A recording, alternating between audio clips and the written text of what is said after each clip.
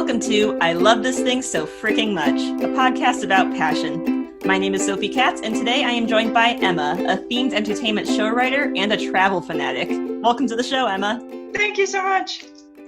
So here is how this works. Emma will have 3 minutes to talk about something that she loves. This can be a person, place, thing, concept, activity, anything she wants. Our only requirement is that she loves it wholeheartedly and wants to tell us why. Are you ready, Emma? Yes. All right, got my timer. Now, what do you love so freaking much? I love travel so freaking much. The first time I traveled outside of vacation was study abroad my freshman year of college. I went to Spain because I'd been studying Spanish for a very long time and really wanted to put it to the test and learn more about the culture in person. And so I applied and went out there for 3 weeks and lived with a host family. I got to explore a little bit around the city. I was in Cadiz, Spain. Gorgeous, like right on the coast. And it was my first time interacting with a culture that was different from my own. I'd moved around a lot in the United States, but I hadn't met a whole bunch of people that didn't grow up with the same values, the same households, the same customs as me. And so it was super eye-opening to be in Spain and just see the way they lived and moved. I loved the way they treated time. It was like slower. Everything was slower and relaxed, as if they were moving through molasses, and they had nowhere to be except like there in the moment. People would be on their way to work and they would stop and like to chat with friends and just end up having coffee for hours. Like, didn't you have something to do? It was amazing just to see what life was like outside of the bubble that I'd been accustomed to. So like so many others, I was immediately addicted and haven't stopped exploring since. I've been to other parts of Europe. I recently moved to Japan in the past few years, which was actually not something I thought I'd do. I really wanted to live abroad, but I never knew that it would be in Japan. And that's opened up a whole new side of the world because Asian culture is so much different from Western culture in a gazillion different aspects, from individualism to respect of elders and gender identity. And I've gotten to be at the mercy of someone whose language I don't understand, which has been eye-opening and I feel has really like empowered growth within myself. And so I wouldn't trade my experience living in Japan for the world. And on top of that, it's given me a hub through which I could travel to other places. I did my first solo trip to Singapore from here, which showed me even more what I'm capable of, and allowed me to see even more parts of cultures, because Singapore in itself is a melting pot, just like the United States. There's a gazillion different Asian cultures there. And Go ahead and finish your thought. Yeah, that was it. All right. Well, thank you for telling us about travel today. Yeah, absolutely. It went by faster than I thought it was going to. It does. It's part of the fun thing about talking about something you love. Time flies. So you have been to a lot of different places across Europe and across Asia. How do you decide where you want to go next? What's easiest and cheapest?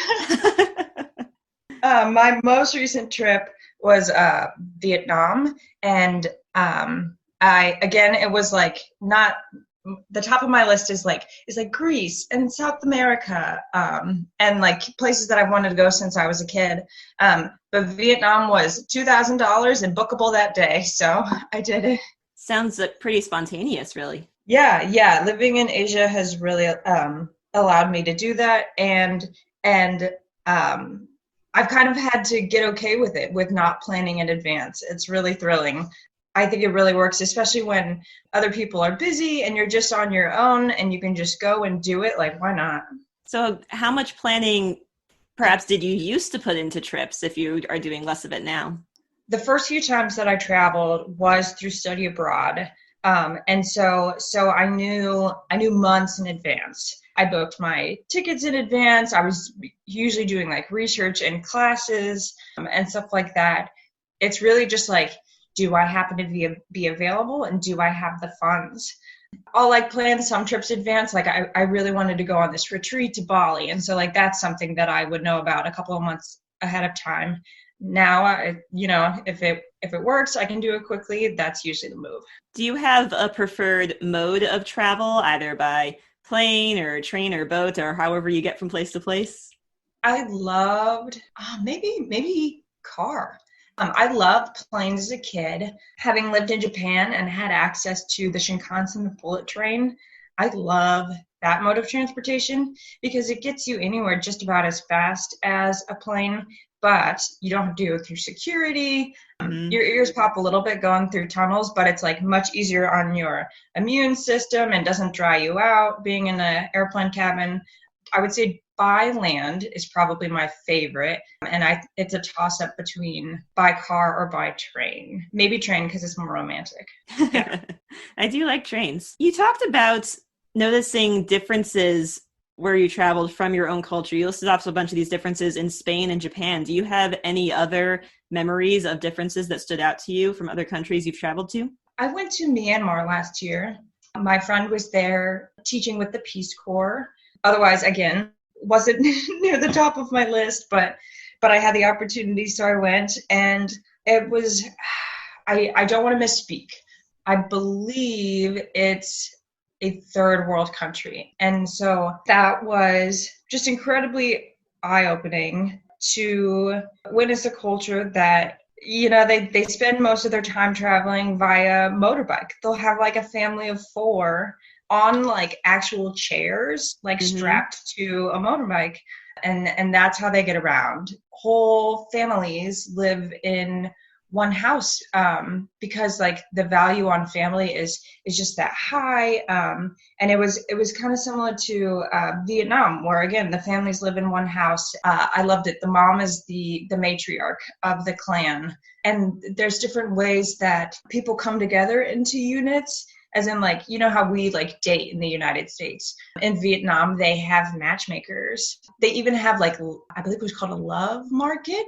If That you're sounds married to somebody interesting. else, you can actually come to the yeah, you can actually come to the love market to meet your true love, even if you're married to somebody else. And then every year you come back on that day just to spend time with your soulmate. And so it's little things like that all add up to an entirely different culture that then like contributes to your worldview and expands what you know of human existence and the ways there are to live. So, what is top of your list on where you want to travel next? Yeah, I've always had a fascination with Greece. I loved Greek mythology as a kid, and then those travel photos are just stunning. Like the blue and white, the coast and Mykonos. My part of my family is from there. My cousins are Greek, and so they've been there a bunch. I've heard so much about it. And then in addition to Greece, I would say I would love to go back to Spain. I need to see more of Spain. Somewhere in Latin America. I haven't chosen like what countries are at the top of my list because I just want to do them all together. Hmm. Um, but I really want to use my Spanish again and hike the Incas, the Inca Trail, and see Machu Picchu. And I think South America, if I could choose, I would go to South America next. Is there anything that you don't like about travel? And if so, how do you handle that? I would say like some of the process of it is tedious, especially having been through airport security as many times as I have. I just feel like when you're traveling, everything is like heightened and more likely to like be irritating. And so I just have to like have that in mind in advance and know that not everybody has been through airport security 20 times, and they don't know to take off their shoes and their belt, and just like be prepared for things like the gate changing and bag allowances changing, or if my bag is overweight and stuff like that. But it's really helped me to, I'm not usually like a very patient person, so that's helped me to develop my patience and just kind of like go with the flow more, because I'm about to be in an awesome destination. I'm about to be learning more and doing incredible things and experiencing stuff for the first time. And so things like airport security and like passing through customs and stuff are definitely a minor hurdle compared to what's coming. It sounds like you really learned a lot from traveling in multiple ways, both from the places you've been and the process of getting there. Yes. Yeah. I will add to that by saying I've learned a lot about myself. I don't know if that's a cliche. I was talking about my first trip solo. I had no idea I could do that on my own. You know, it wasn't something I had put myself through yet. And I knew I wanted to go to Singapore that weekend, but no one else was available. And so I researched it, and it was like one of the second most safe cities and countries for women traveling solo. And so I thought, you know what? I'll do it. This will be the one that I take on by myself. I learned about, we call it the gaijin tax. Gaijin means foreigner in Japan. And it's so like the tax that you pay by not knowing the language or knowing the customs. Mm-hmm. And so like I paid $90 to go to the observation deck at the Marina Bay Sands, only to discover it was not what I was expecting. But I knew that I could overcome that. I could tackle that. I could exist on my own and make it around the city on my own. And that was incredible. And I feel more independent and more capable because of it. So I absolutely agree. Yes, I've learned so much from each of my travels. Emma, thank you so much for telling us about something you love today. Thank you so much for having me. I've obviously really enjoyed speaking about it. And I'm so glad that you and I finally got to chat. Yes, this is great.